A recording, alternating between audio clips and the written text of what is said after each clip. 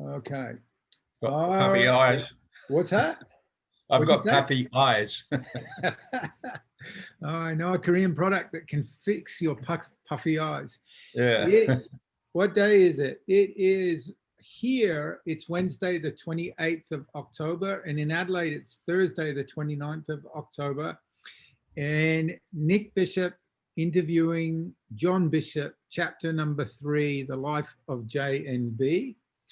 And Dad, in the last couple of chapters, we got up to about 1957, which was an important year because you and Mum became parents. And what else happened in 57? What else? Oh, we Married then parents? and we covered moving into South Terrace. Yeah, to Mrs. And then subsequently we just got to the point where we moved to Sprott Avenue. Yeah. But I thought I mentioned Sprott Avenue at the end of that session. Yeah. And I thought I'd say a little bit more about Sprott Avenue. Yeah. Because by then we had the 4 boys. Yeah. And you went to Rose Park Primary and St Theodore's and all that sort of thing. And I realised I haven't said much about Jean at all to date. Yeah. And I thought I'd like to just bring up a couple of things going back to her my early relationship with her. And I should mention that in 1956, she entered the Miss South Australia quest with Annie Seaton, or Annie Limbert as she was at that stage, and Julianne McClure and a few others. And she didn't make Miss South Australia, but she was the runner-up. Yeah. And she was a pretty attractive young lady, I have to say. Yeah. And Annie Seaton, who was in that, of course, is married to my godfather, Jack Seaton. Yeah. So there's a tie up. Yeah, there's a connection. And who won it? Who won Miss South Australia? Julianne McClure. Okay. Yes, she's a great bird also. Yeah. But also at that time, Jean was at Teachers College. Sorry, a couple of years later, after we'd got together, Jean was working at. She was a student at Teachers College at the time that we met. Yeah. And she was one of the first Teachers College people to get more involved with the Adelaide University, because they were adjoining campuses. Yeah. And she used to come across to the Adelaide University refectory fairly often, and that's where we met. Okay. And she then became probably the first of Teachers College people who got involved with the University Footlights Club, which did the annual university reviews. Yep. And so she was one of the stars in that as well for a few years. Right. And were you already in the Footlights before she joined, or was she first? Or you? I was in it for 1 year before she started coming across from Teachers College. Yeah. And Dad, Adelaide University's on the River Torrens in the city. Where was Teachers College? Where did Mum come from? Right next door. Oh, okay. Okay. It was just in the adjoining, the university campus and the Teachers College campus were adjoining on North Terrace. Okay. Yeah. All right. Good. And so I think she did quite a lot to increase the links between the two organisations, which was quite a good thing. And Dad, much later in life, both you and Mum were strong supporters of the arts and the Adelaide Festival and all that stuff. I guess it'd be logical to say that love of theatre or the arts was probably born at about that time. Is that right? Yeah, that's true. Yep. Yeah. And it's continued ever since, really. Yeah. Yeah. Great. Anyway, I thought I'd mention that. Yeah. Yeah. But then to go back to me, and we were settled in Sprott Avenue, and Jean obviously had her hands full with the boys, as well as she was still teaching on the School of the Air. Yeah. At that stage. Yeah. And I was trying to get on with my career at Wiltshire Denton Turner and Co. Yeah. And I thought I'd perhaps give you a run through of some of the things that have been happening with that. Yeah, that would be great. Let me just clarify something. Yep. Because Andrew was born in 50. You said that all the boys were at Sprott Avenue. They were all born. So Andrew, 57, even though he was South Terrace, I guess, when he was born. That's correct. Yeah. And then Jamie came in 1960.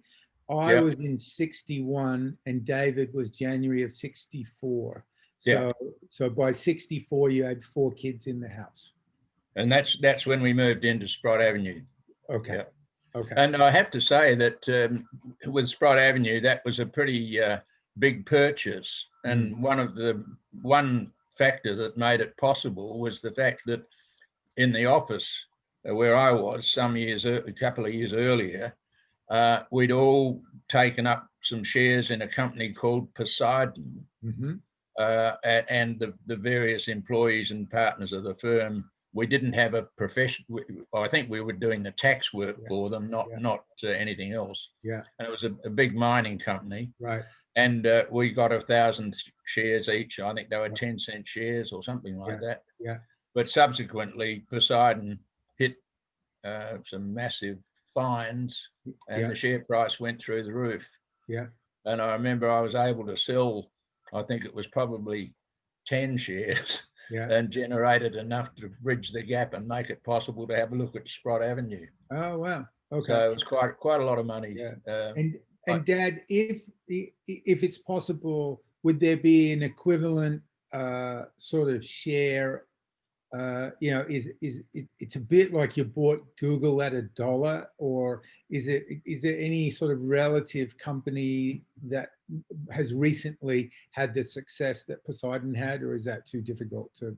Oh, well, there are probably some that have had some meteoric rises. I'm sure there are, and I've had 1 or 2 reasonable successes, but I think for the time that this happened with Poseidon, that was just brilliant. Right. I must admit, I held on to the rest of the shares I had in Poseidon for a long time, and eventually they went broke. Right. So, but timing is everything, right? And you managed, you were able to get into Sprott Avenue the right way, and you had a big win. Okay. Yeah. So let me put it another way. If you'd taken more out of Poseidon, would we have moved to Bel Air instead of Bel Air? Bel Air, what's the fancy suburb? Who knows? If only. Anyway. No. Anyway, I was perfectly happy, and it all worked out really well. Excellent. But going back to my professional, working at Wiltshire Denton Turner and Co., I wanted to do the exams of the Institute of Chartered Accountants and quickly qualify. And they had a rule against, you had to have at least a year's employment before you could sit for their exams. Yeah. And then they also said that you can't sit for all the finals at the same time.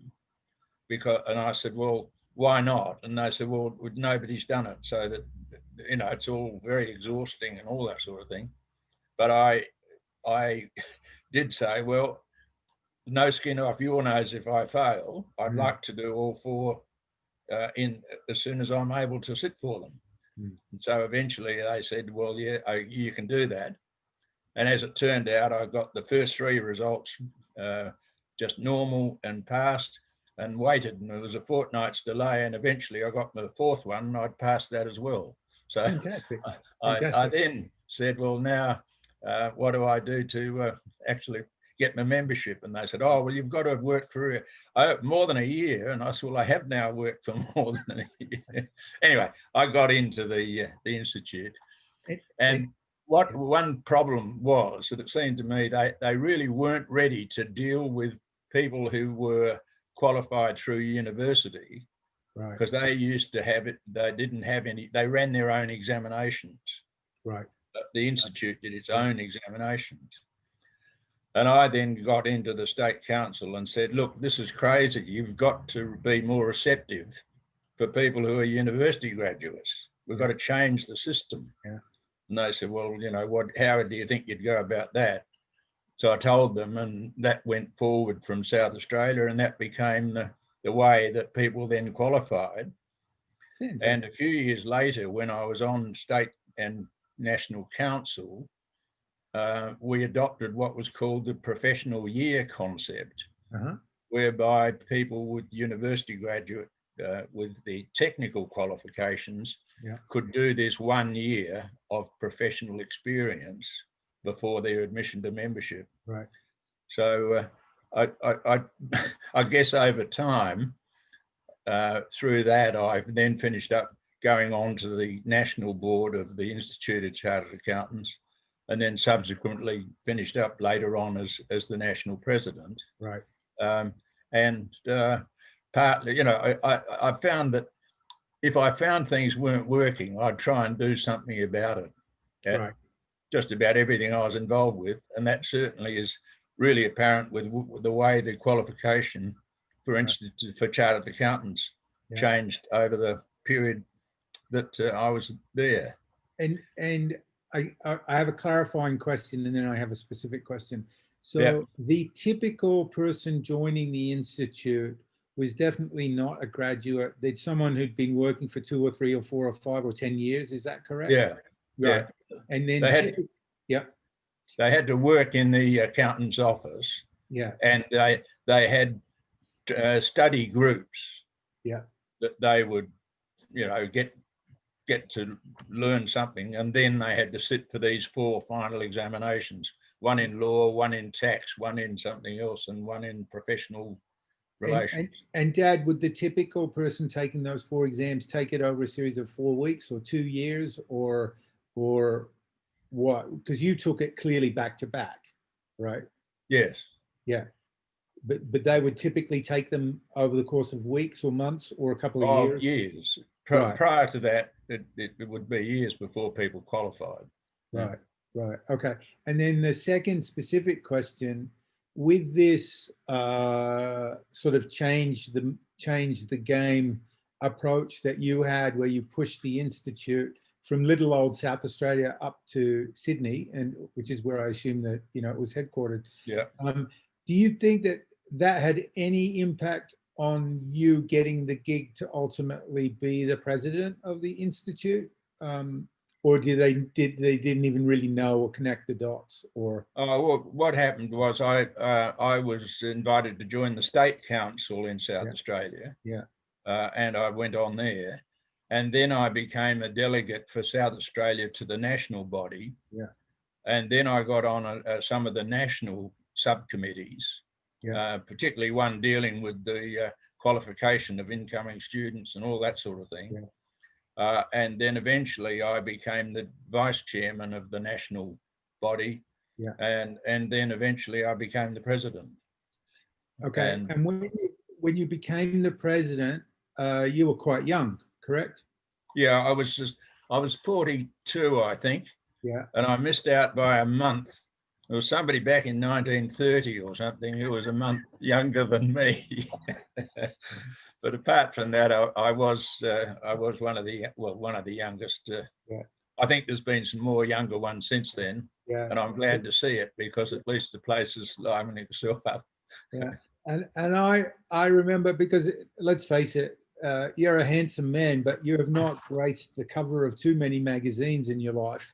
But I do remember there was a magazine cover that had you, and I think you were sporting a cravat, perhaps, and an open neck shirt. And I think the Sydney Opera House or the Harbour Bridge was in the background. Did I remember that right? No, it's worse than that. It was actually in US, and it was the prison. Alcatraz? Was it Alcatraz? Yeah.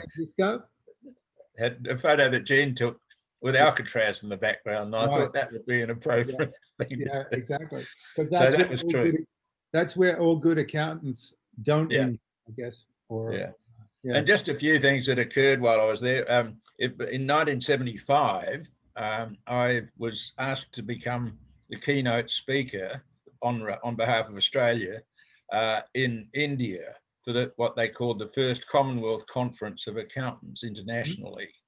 And so I went along representing Australia and was the keynote speaker at that conference of the international body in India. And that was the world body that was having the meeting there. And so that was you know, a feather in the cap for Australia. Yeah. And that was in 1975. And doing my math, that makes you about 38 or 39 when that happened. Is that about right? Yeah, that's about right. Yeah. Yeah. And there would have been a lot of older people in the room, I would assume. Is that fair? About 1,000.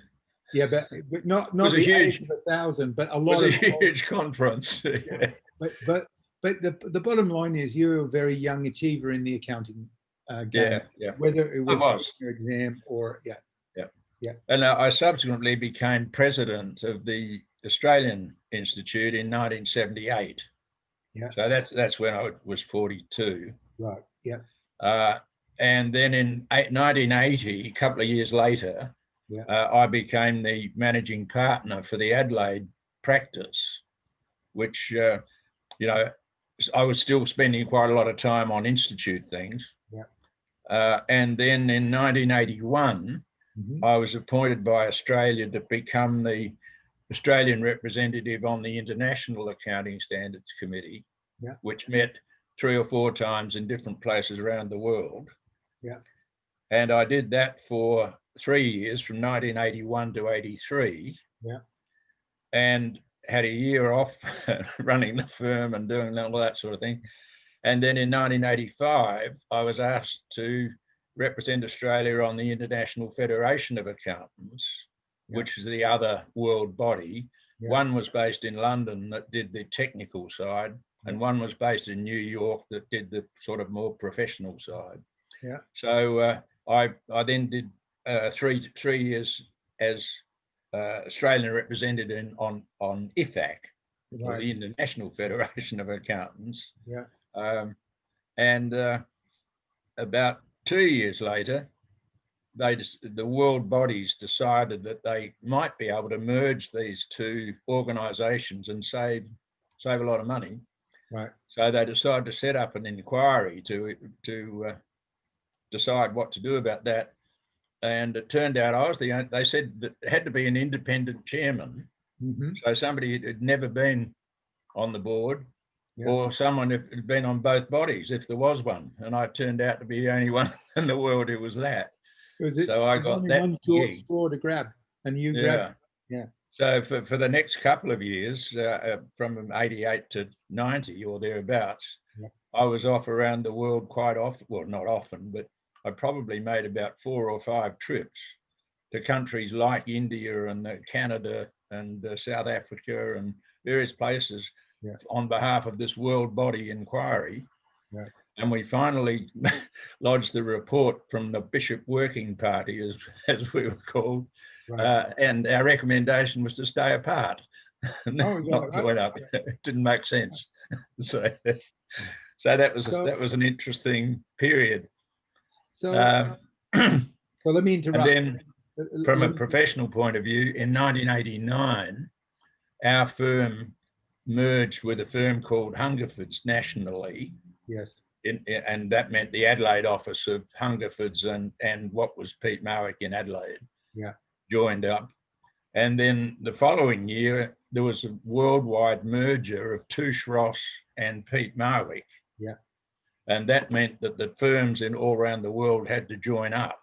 Yeah. And in Adelaide, the biggest South Australian firm was us, Pete Marwick.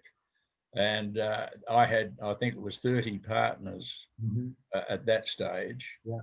And Touche Ross was the second biggest firm in Adelaide, and it had 20 partners and about 200 staff. Yeah. And we had to merge. Yeah. And unfortunately, either Pete Marwick or Touche Ross were the auditors of all the big companies in Adelaide. Right. Or they were the tax agents for them. You couldn't do them both. Right. And now when we merged, it meant that we couldn't do half of the stuff that. Yeah. So we had to, pardon me, I had to find a way of getting the firm down in size. Yeah. Because we just simply couldn't run without the big clients. Yeah. And so I managed to talk out 20 or so partners and arrange that they take their own clients. And, people like David Seaton had their own group of clients. Well, they set out and took their own practice, and I counselled out a whole lot of people and a whole lot of people, and got the firm down to half its size in pardon me, by the end of the required period. And then I then tendered my resignation as the managing partner and chairman of the merged firm, because having got it down to size, I just had enough, and I hadn't enjoyed doing it. But I then Pete Marwick, as it was, or KPMG as it became after the merger, that was Kleinvelt, Pete Marwick, and Girdler, which were the two international firms. And I was invited to stay on and have an office there.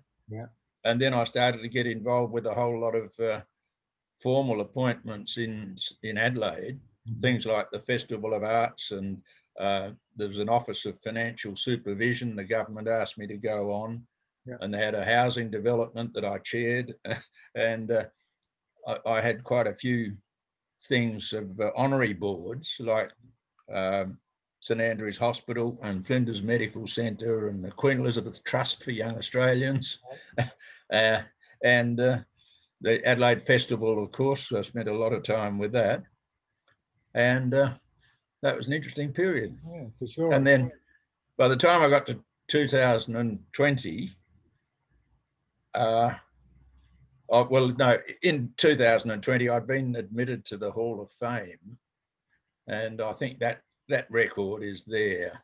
Did I say that earlier today? There's the citation for my admission to the Australian Accounting Hall of Fame has got a pretty detailed history. So if anyone's interested enough to research that, that's a good place to go. Right. So Dad, let's just a couple of clarifications. So Wilshire, Turner, Denton, did that merge with anyone, or did you just leave to go somewhere? No, we changed the name. That's all. Wilshire, Denton, Turner became the Adelaide representative of Pete Marwick. Okay. So we adopted the name Pete Marwick. Yeah. Subsequently, Pete Marwick merged twice, right? Once. Well, we had another firm join in as well. And so Pete Marwick then became an international body. I think that there used to be what they called the Big Eight.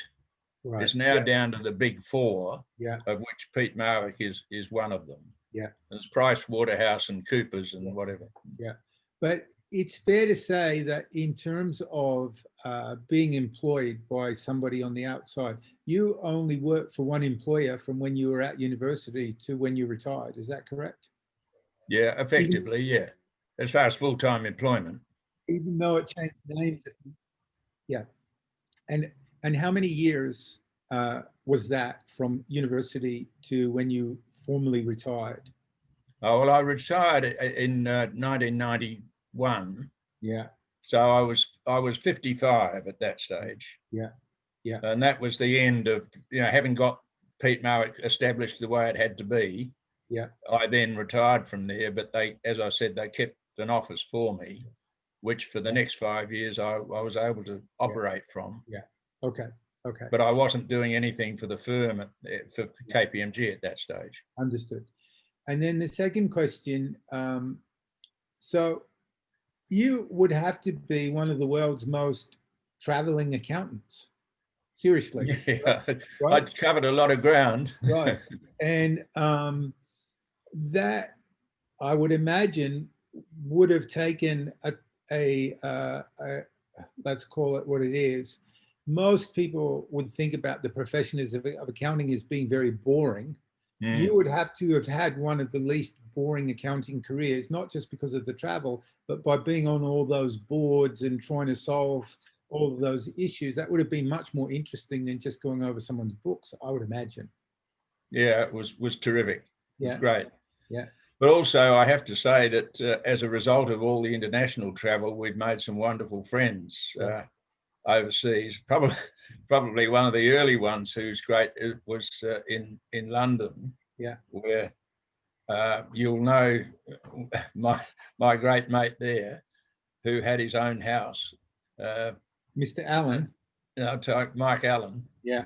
Yeah. And when I went to these international meetings, they usually ran for 2 or 3 days. Yeah. And I'd fly in on Monday and have the meeting Tuesday, Wednesday, and Thursday. Yeah. Then I'd go and stay with Mike for Friday and fly home over the weekend. Yeah. And he had a house in London. Yeah. It was a 4-story house, and he had the top room, and he filled the other tenants with attractive women. Either from Australia or New Zealand. Yeah. And he had a wonderful life, and a day or two every few months at Mike's place was a lot of fun, I have to say. I can imagine. And yep, go on. No, you go.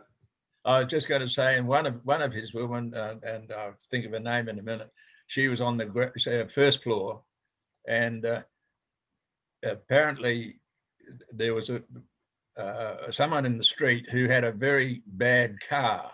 Mm-hmm. And in the middle of the night, from about 4 a.m., she was woken up by this thing going, and eventually Mike tells me that she opened her window and shouted down into the darkness, "I wish you'd get your bloody car fixed."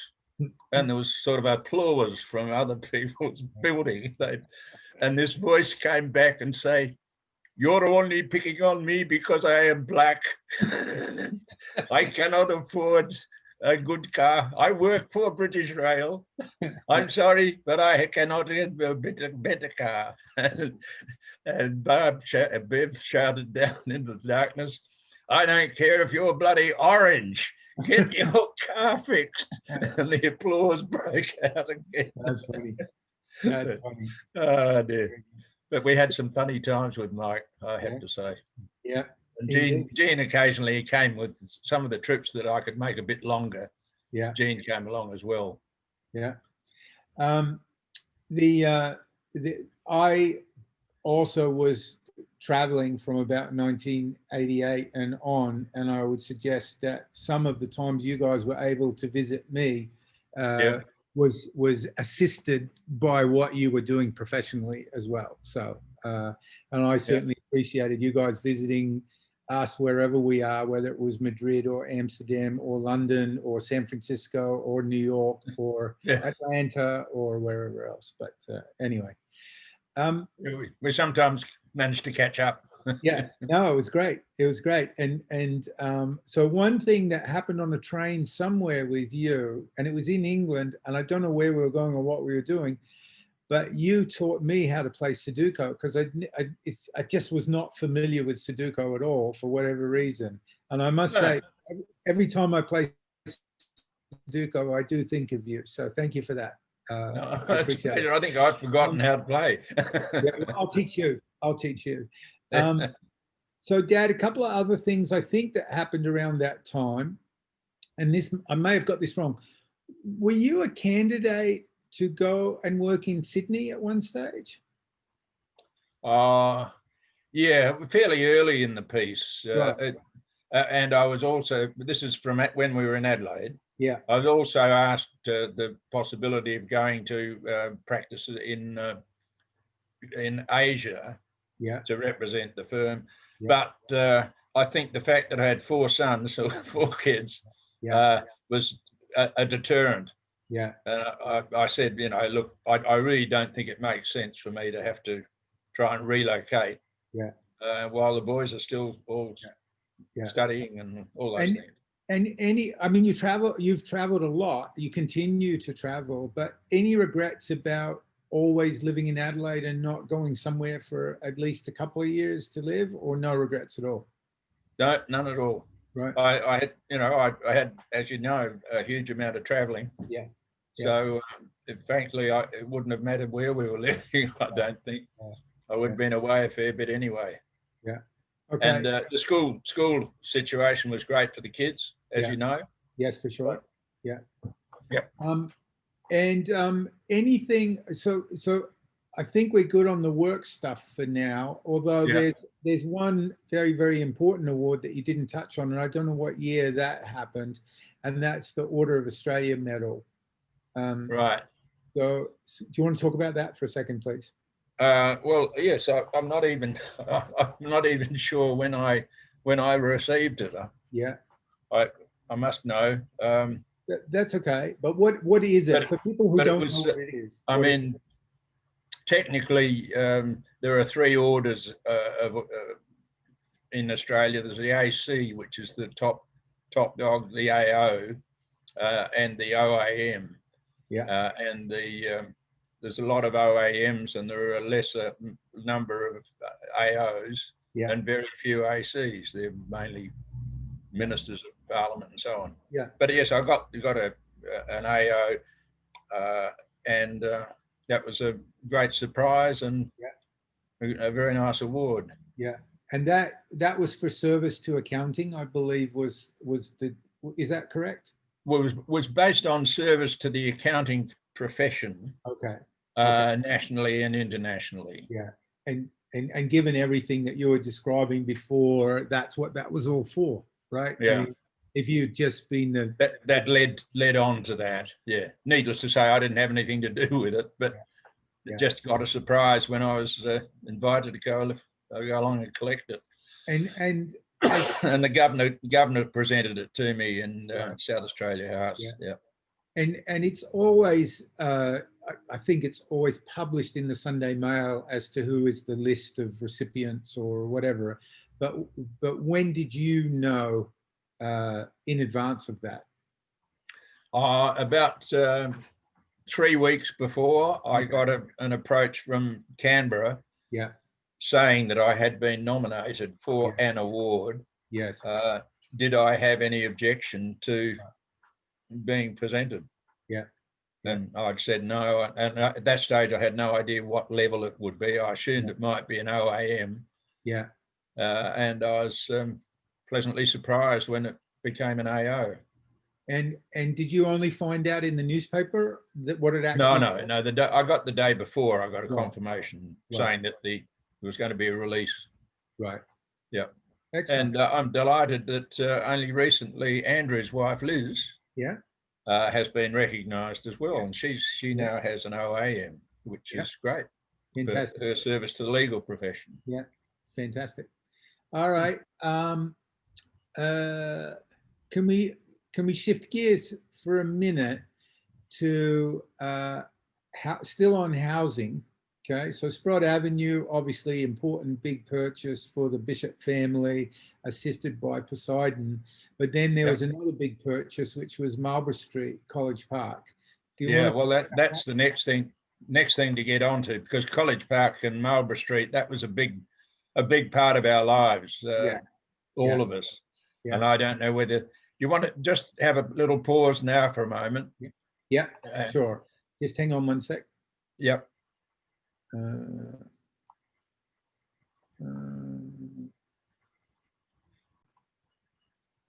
So, Dad, that's a great sort of series of recollections on your professional life.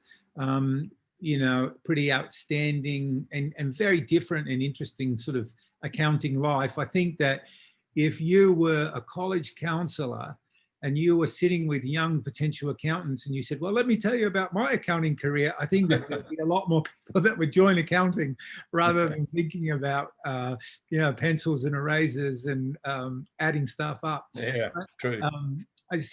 Clearly an enjoyable, interesting, and obviously very, very successful career in accounting out of little old Adelaide. Who would have thought, eh?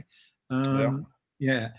Anything else you want to add, or? Well, I'm just going to suggest that perhaps we might have a break, but I think there's a few non-accounting, directly accounting organisations that I've had an involvement with, and I think they'd be of interest. You know, things like Opera in the Outback, and Queen's Trust for Young Australians, and more about the festival, and you know, a lot of other sort of straight professional accounting things. We could have a go at another session, perhaps. Okay, perfect. So, so to the viewers watching this, Chapter 4 hang on to your seats because it's going to be awesome. We'll cover Opera in the Outback, the Queen Elizabeth Trust, the Adelaide Festival, and let's talk a little bit about some of those party houses that Marlborough Street, Porridge Park was famous for. Yeah. Cheltenham Street carried on, and then East Terrace has also done a pretty good job of some of that stuff as well. So, so should we call it a day? It's October. We've done it in August, September, October. We'll make a date in November to do chapter 4. How's that sound? Good. All right. Okay, and then we'll be able to wish each other a Merry Christmas. Yeah, exactly. No. Merry Thanksgiving. I'm in America. We'll do Thanksgiving in November. Oh, yes, true. And we'll do Christmas in December. Yeah. All right. So, thanks, Nick. Lots of love. See All you. the best. Cheers. Bye.